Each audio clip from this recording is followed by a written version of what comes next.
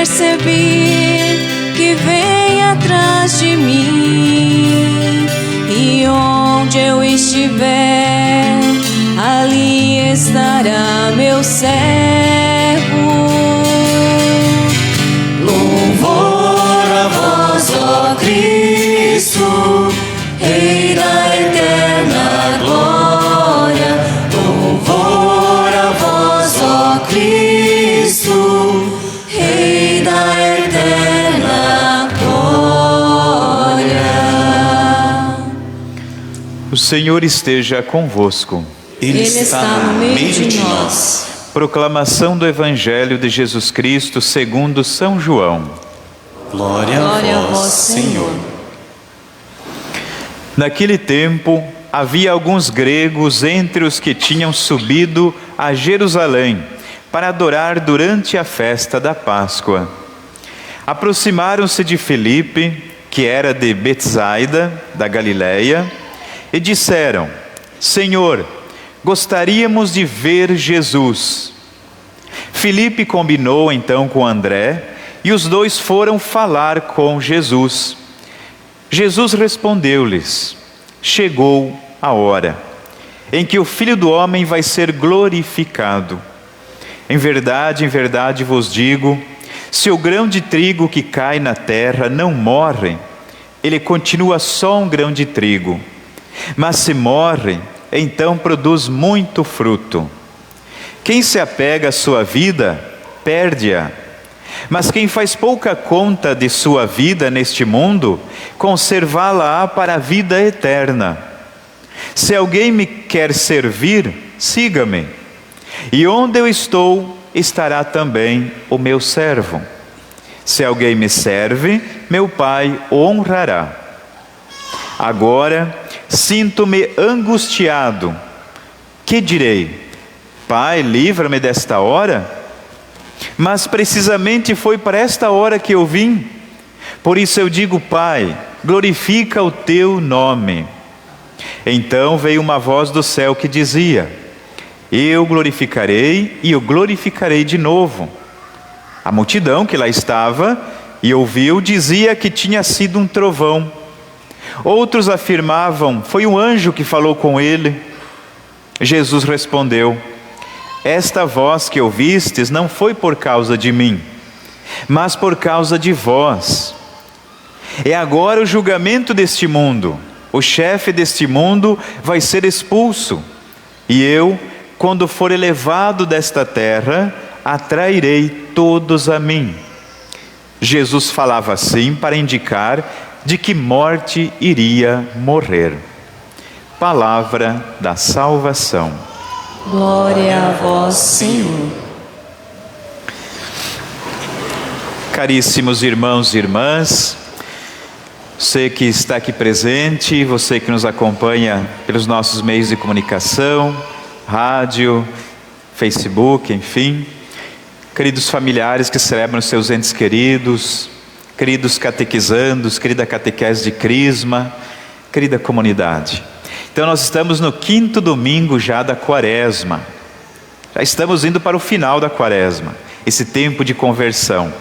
E se você que vem participando todos os domingos, outros dias também, você vai vendo que os evangelhos, esta parte que o Padre proclamou para nós, cada vez mais o cerco vai se fechando. Para quê? Para que Jesus seja preso. E aí depois sabemos tudo o que acontece, né? Então a Quaresma vai dizendo também, narrando os últimos dias também de Jesus, como aquele grande profeta para alguns, e claro para nós, como Filho de Deus. E aí, falando em profeta, olha o que acontece no Evangelho de hoje. Jesus está em Jerusalém. Lembremos que nessa época, em Jerusalém, os judeus estavam preparando a festa da Páscoa, só que para eles era a festa da libertação do Egito. Então, a cidade, ela se triplicava praticamente, a população. Eles tinham um santuário apenas para todo o povo judeu do país inteiro, e para quem vinha de fora ainda. Então a gente muitas vezes não faz noção de como estava lotada a cidade de Jerusalém. Não tinha lugar para as pessoas ficarem, elas acampavam em torno das muralhas da cidade. E era justamente nessa época que aconteceu todas aquelas coisas com Jesus, que a gente lembra no domingo de Ramos, e aí toda a paixão, morte de Jesus, aconteceu tudo ali naquela semana, quando Jerusalém estava lotada de pessoas, que vinham de longe. Por que o padre fala isso? Porque hoje no Evangelho está dizendo que veio alguns gregos que queriam falar com Jesus. Os gregos, mas por quê? Provavelmente eles vieram para a festa. A festa aqui não era só uma festa, digamos assim, encher a cara ou comer ou coisa assim. Na verdade, era uma festa religiosa que era a identidade dos judeus. Todo judeu tinha que passar nessa festa, ele tinha que ir, do contrário, ele não era um judeu, ele não fazia parte da comunidade judaica, então era obrigada a participação. Claro que havia também festas e comes e bebes, como se diz, porém, o sentido era de garantir a identidade do povo que saiu da escravidão do Egito, Pessar em hebraico, que significa passagem, e para nós, Páscoa. Então, a cidade estava cheia, e aí aparecem gregos, que vão falar com Filipe e André, mas principalmente com Felipe, né? Felipe. Chegam para ele e dizem: nós queremos conhecer, nós queremos ver Jesus. Eles vieram de longe, vieram para a festa, mas eles queriam, o principal objetivo deles, eles queriam conhecer Jesus. Olha só, Felipe então vai conversar com André, para dizer para Jesus que tem estrangeiros ali, tem uns gringos ali, né? Que querem conhecer Jesus. Aí envolve também, essa parte do Evangelho mostra o quê? A dimensão missionária da igreja, querido irmão e irmã. Ou seja, as pessoas que vêm, que querem conhecer Jesus, querem se aproximar de Jesus. O que nós fazemos? Porque dá a impressão que aquela história ali é só para o passado. Não. Se nós somos cristãos, a gente está também adequado àquela história ali. As pessoas querem chegar até Jesus, querem conhecer Jesus, mas eles passam por quem? Pelos apóstolos. E quem são os apóstolos hoje? É você, sou eu, somos nós. E aí a gente pode nos perguntarmos: será que eu sou uma pessoa que conduzo as pessoas a Jesus, como fez Felipe? Será que as pessoas olhando para mim, para as minhas atitudes, elas podem dizer: é bom seguir Jesus? Ou dizem: esse ali não é aquele cara ou aquela cara que sempre está na igreja? E olha a vida que leva, olha o que faz por aí. Não que a gente tem que fazer para mostrar coisa para os outros, não. Mas o testemunho da tua vida, querido irmão e irmã, com certeza que vai levar pessoas ao conhecimento de Jesus. Então, se Felipe, se André fossem pessoas de má índole, aqueles gregos teriam chegado e: não, mas espera aí, se os seguidores dele são assim, imagina ele. Mas não, eles veem em Felipe alguém que pode levar eles até Jesus. E Felipe falando com André, então eles intercedem, eles vão até Jesus. Indo até Jesus, eles dizem para ele: existem alguns gregos aí, ou alguns gringos, que querem conhecer o Senhor. Dá a impressão que Jesus não responde para eles, porque Jesus ele fala uma outra frase, ele diz assim: a minha hora chegou. A minha hora chegou. Por que será? Porque Jesus viu isso como um sinal, ou seja, ele já está sendo conhecido até fora do seu país. A Grécia é do outro lado do mar Mediterrâneo, ou seja, é longe. E esses gregos vieram de longe para a festa e para conhecer Jesus. mas eles querem mais conhecer Jesus do que a própria festa. Então, Jesus vê isso como um sinal, porque Jesus não veio só para um grupinho, só para aqueles que se achavam os bons, os chamados fariseus, nem para o grupinho só dos apóstolos, que no começo tinha apóstolo que achava que Jesus veio apenas para ser o restaurador da monarquia de Israel, iria governar como imperador de Roma. Pensavam assim, era a forma humana, né? Só que Jesus veio para toda a humanidade. E aqui nós vemos nesse evangelho mostrando que estrangeiros querem conhecer Jesus, pessoas que nunca ouviram, nunca tinham visto Jesus, eles querem conhecer. E Jesus fala: a minha hora chegou. Que hora é essa, Padre? É a hora da cruz. Jesus, ele sabe que agora está chegando o quê? O momento em que ele vai ser glorificado. Ele diz: chegou a minha hora, porque ele entendeu isso como um sinal. Tudo aquilo que ele fez chegou a tão longe. Então agora, voltando para ele, é o sinal de que ele vai ter que, nesse momento, começar toda aquela história. Ele vai ser preso, ele vai ser castigado, julgado, ele vai ser surrado, ele vai receber todo tipo de humilhação.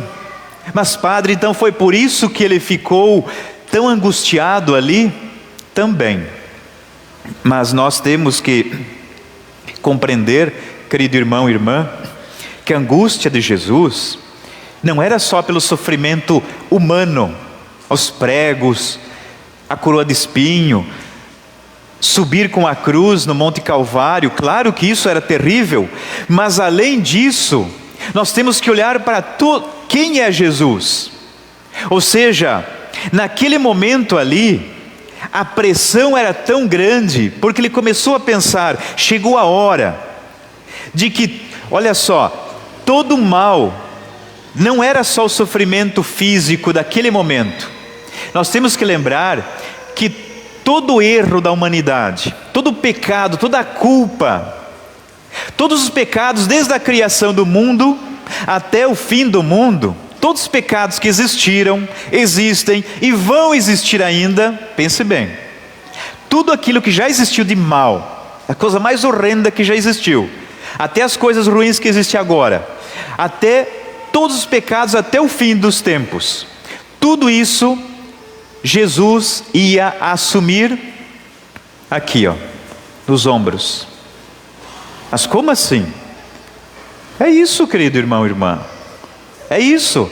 Se você lê a palavra de Deus, você vai ver isso. Antes de Jesus, já o profeta Isaías dizia: aquele que estava sofrendo, o servo sofredor, estava levando todas as nossas culpas, inclusive o meu pecado e o teu.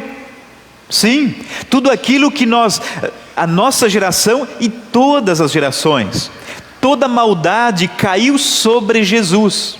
Então, muitas vezes nós não temos a noção do que Jesus assumiu naquele momento.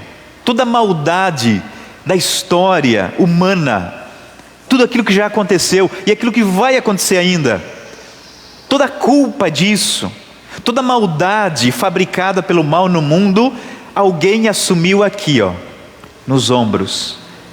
Ele é Jesus. Então veja a pressão, a angústia. Essa é a angústia de Jesus. Ou a gente pensa que Jesus foi morto apenas porque o povo daquele tempo era ruim, porque era bruto, era, sei lá, bárbaro. Não, aquele momento foi um instrumento de morte. Agora, a causa da sua morte foi por todo o mal deste mundo. Ele precisava trazer sobre ele, como diz depois numa carta de São Paulo, aquele que não tinha nenhum pecado, Deus o fez pecado todo, para que assumisse toda a nossa culpa. Isso chama-se redenção. Redenção. Muitas vezes a gente fica apenas com o aspecto histórico da coisa, mas nós temos que olhar para esse lado teológico, catequético, que é o sofrimento que Jesus assumiu sobre ele. Nas suas chagas nós fomos curados, diz a palavra de Deus. Ele levou todas as nossas culpas. Por isso, querido irmão e irmã, que não é por você ser bonzinho ou não, que você merece a salvação. Porque Ele nos deu a salvação. Ele já deu. Agora, nós podemos perder. Essa é a questão. Pelas nossas obras, pela nossa conduta. Então a cruz é isso, queridos catequizandos de Crisma, vocês que recebem a cruz hoje. Esse sinal que você tem no pescoço, esse sinal que muitos locais se ostenta, significa tudo isso que o padre falou. É Jesus tirando todo o mal desse mundo e colocando sobre seus ombros. E por isso que ele fala assim: quando eu for elevado desta terra, atrairei todos a mim. Todos. Que aqui todos, quando ele fala, é todos que acreditam nele. Porque muitos não vão acreditar. Muitos não vão buscá-lo. Então por isso hoje, essa angústia de Jesus já vai preparando para a Semana Santa. Essa angústia de Jesus ele sente porque ele é humano também. Mas padre, ele não é o Filho de Deus. Ele não é o Filho de Deus. Como que ele sofreu? Porque ele era humano também. Jesus é humano e divino. Claro que é um mistério isso, mas ele sofreu, um ser humano. Aí faz você lembrar um pouquinho da Quinta-feira Santa. Lembra que lá no Horto das Oliveiras, Jesus suou o quê? Suou sangue, exatamente. Inclusive a própria ciência, a própria psicologia vai falar que existe essa possibilidade, porém é algo que é sobre-humano. É algo, um estresse grande que um ser humano pode passar, que não tem nem explicação. Suar sangue, de tanta pressão sobre ele. Imagina só. Então Jesus começou ali a sua paixão. A gente pensa que a paixão de Cristo é o momento que ele pegou a cruz, carregou a via sacra, enfim. A paixão de Cristo, pássio significa sofrimento. Mas tudo isso ele fez por quê? Por amor, querido irmão e irmã. Por isso é paixão. A paixão por você. O sofrimento dele para quê? Para nos libertar da condenação eterna. De todo o mal do mundo. Ah, padre, mas existe ainda mal no mundo? Claro que existe. Senão ele não teria morrido por isso, né? Claro que existe o mal no mundo. Agora você hoje, querido jovem, querido irmão e irmã, aquele que nos acompanha também pela rádio, pelo Facebook, aqui presente, Jesus deixa dois caminhos. Ou você quer segui-lo, ou não. Não tem essa coisa assim de meio termo. Ah, eu sigo Jesus só quando é palavrinha bonitinha. Aí eu acho bonitinho, eu vou seguir ele. Não, tem hora que Jesus puxa a orelha também.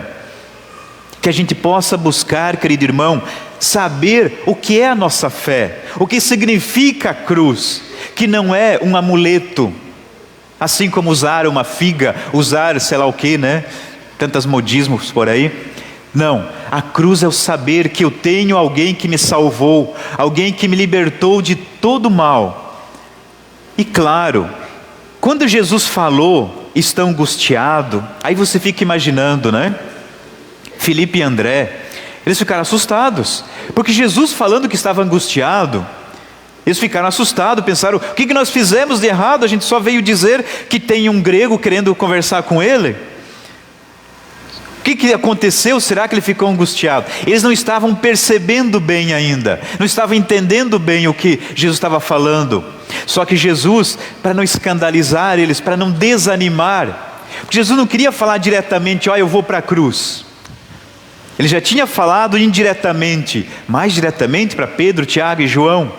Mas agora Filipe e André, ele diz o seguinte, olha Filipe e André, a semente que cai na terra, se ela não morre, ela fica só uma semente. Por que Jesus fala isso? Olha só, Jesus usava semente, terra, porque eles eram agricultores. Naquela época a base de tudo era agricultura. Então ele usava esse exemplo para falar sobre a vida, dizendo que a vida é um ciclo. A nossa vida e a vida dele. Inclusive ele falando, olha, Eu sou como uma semente, André, Felipe. Eu sou como uma semente lançada na terra. Se eu não morrer, se essa casca que nós chamamos de corpo, vida biológica, não morrer, não vai brotar, não vai germinar. Nós valorizamos tanto isso aqui, as vaidades, orgulho, mas tudo isso passa. Nós somos, Jesus estava dizendo ali que nós somos como uma semente neste mundo lançada. E aquilo que a gente valoriza tanto muitas vezes é casca da semente. Quem conhece um grão de trigo, né? Aquela casquinha fininha, mas o importante é que está lá dentro, não a casca. A casca tem que apodrecer. Quando é lançada na terra, primeiro a casca apodrece para que o que está lá dentro germinar. Aí Jesus está falando da nossa alma, querido irmão e irmã, aquilo que define como quem você é, não apenas aquilo que você tem. Aquilo que você tem é o teu corpo, aquilo que você tem são as coisas materiais, agora aquilo que você é a tua alma. Então por isso é para esse sentido que Jesus está falando, não apenas para... Por isso que a segunda leitura fala que Jesus orou para que ele vencesse a morte, e ele venceu a morte. Porque ele não está falando da morte física. Todos nós vamos morrer. Todos os santos, ou as pessoas mais santas desse mundo morreram também. Todos nós vamos. Agora não é dessa morte que Jesus está falando, que o mal pode nos tirar, né? Na verdade ele está falando que essa morte aí é como essa casca que passa. Aquilo que a gente valoriza tanto, talvez, vaidades, orgulhos. Por que então a gente ficar com mágoas, sentimentos de raiva contra alguém, rancores? Tudo isso é casca. Daqui a pouco vai passar. Ideologias, né? Eu sou desse, eu sou daquele, porque eu sou disso, eu sou daquilo. Tudo casca. Tudo casca. Só vai sobrar aquilo que vai brotar. Então Jesus falou isso para os apóstolos porque eles entenderam, era a linguagem deles, né? Eles entenderam que Jesus estava falando que nós somos essa semente, que o sofrimento que ele passou e iria passar seria aquilo como uma casca que tem que passar. Então Jesus nesse evangelho fala para mim e para você, querido irmão e irmã. Hoje eu vejo aqui, são várias famílias que celebram seus entes queridos, né? Olha só, 1, 2, 3, 4, 5 sétimos dias, né? O mês de falecimento e vários outros. Olha só, quantos nomes aqui de pessoas que celebram seus entes queridos. Imagina se o padre fosse ler todos os nomes aqui, né? Mas Jesus fala para você, querido irmão, que perdeu. A gente diz perdeu, né? Mas é forma de dizer perdeu o seu ente querido. A gente não perde. Não perde ninguém. Na verdade, a gente despediu-se. Então, Jesus fala hoje que a nossa vida é como a semente. A casca passa, a história fica. Porém, o germinar é na vida eterna. É um ciclo da vida. Claro, a gente muitas vezes sabe e tal, mas muitas vezes a gente se apega muito às coisas e até às pessoas. Então por isso que nós tenhamos isso claro em nossa mente. Jesus nesse evangelho está preparando para a Semana Santa, para aquilo que ia acontecer com ele, para que o impacto não fosse tão grande para os apóstolos, para a igreja, para que eles compreendessem que o que vale é o que está dentro da semente e não apenas a casca, né? Então, Jesus, continuando ali no Evangelho, ele vai dizer então, tudo isso, que ele não quer que Deus livre desta hora. No começo ele diz, será que eu vou dizer me livre desta hora, afasta de mim esse cálice? Mas não, glorifica o teu nome. Uma voz vai dizer, eu te glorificarei de novo, 2 vezes. Então, algumas pessoas ouviram aquela voz que veio do céu, e alguns falaram, isso foi um trovão. Outro falou, isso foi um anjo. Aqui mostra claramente como a pessoa, quando não quer acreditar, ela vai dizer assim, isso tem uma explicação. Aí foi isso. Aí Deus age na tua vida e você vai dizer assim: ah não, mas eu tenho sorte, né? Sou uma pessoa de sorte, eu consegui conquistar isso ali ou aquilo lá, sou uma pessoa de sorte. E quando acontece uma coisa ruim, ah meu Deus, Deus me abandonou. Sempre quando é negativo, a gente culpa Deus. Quando é positivo, a gente diz que é por forças próprias. Ou seja, Deus age em nossa vida e a gente acha explicação. Ah, foi isso, foi aquilo. Ou seja, para quem não crê, pode acontecer de tudo. A pessoa vai dar uma explicação. Ah, foi um trovão. Ah, foi não sei o quê. Ah, isso sempre aconteceu. Ah, não sei o quê. Ah, tá. Tudo tem uma explicação quando a pessoa não acredita. Agora, para quem crê, a pessoa sabe. A pessoa sabe o que acontece. Os sinais dos tempos, os sinais, inclusive na natureza, né, dos nossos pecados. O sinal acontece. A sorte, querido irmão, não é para o cristão. A sorte, tem uma frase que diz assim: a sorte é para os despreparados. Não confie na tua sorte, tá? Porque quem faz a tua sorte é você. Com Deus é você que vai fazer a tua sorte. Não fique confiando nessas crendices, porque senão você fica escravo dessas coisas e não busca dar o passo, não tem coragem de avançar. E é Jesus que fala isso, porque a coragem também implica em assumir a cruz. Querido irmão e irmã, hoje nossos catequizandos receberam então esse sinal, esse símbolo da cruz, né? E claro, que não seja apenas um símbolo externo ou um amuleto, né? Mas seja realmente um símbolo para a gente reconhecer o grande amor de Deus por mim. Tudo que Ele fez por mim. E deixou livre para que a gente possa seguir ou não. Então por isso, querido jovem, lembre sempre que o Senhor nos quer na liberdade. O que Ele falou ali? Ele disse assim: aquele que me serve sempre vai estar comigo. Eu sei que na juventude, eu sei que muitas vezes na infância, adolescência, juventude, ou enfim, a morte parece uma coisa tão distante, né? Muito longe. Tudo bem. Agora, a gente tem que lembrar que o Senhor nos ama eternamente. Que você não nasceu só para isso aqui, que nós chamamos de vida biológica. É muito mais, muito mais. Tudo que Jesus fez foi para isso, não é porque o padre está falando para você. Tudo que Jesus fez foi para dizer para você: olha, não acaba aqui, meu filho. Ele falou para André e para Felipe: olha, vai acontecer tudo isso comigo. Em poucas palavras, para mostrar para vocês que não acaba aqui. Ah, mas eu quero Jesus só para que Ele me ajude no emprego, me dê saúde e paz na minha família. Só para isso? Então não é Jesus que você precisa.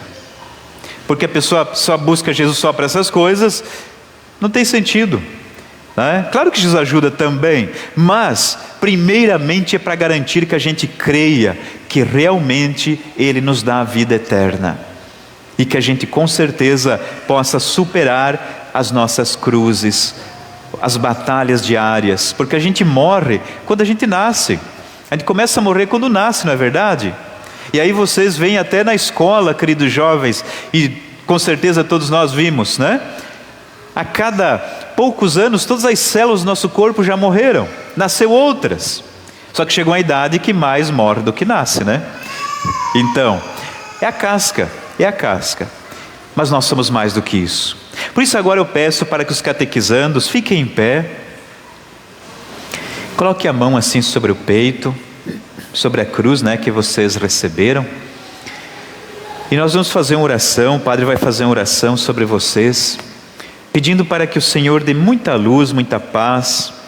Oremos. Ó Deus Todo-Poderoso, olhai os nossos catequizandos de Crisma, para que eles possam ter boas escolhas em suas vidas, em suas vocações, na sua realização profissional também, para que o Senhor dê muita luz para que eles possam ter uma boa direção na sua vida, sentirem-se amados por Deus, para que eles sintam-se sempre mais que o Senhor os ama profundamente e deu a vida por cada um deles, e que essa cruz simbolize a vitória de Cristo sobre a morte.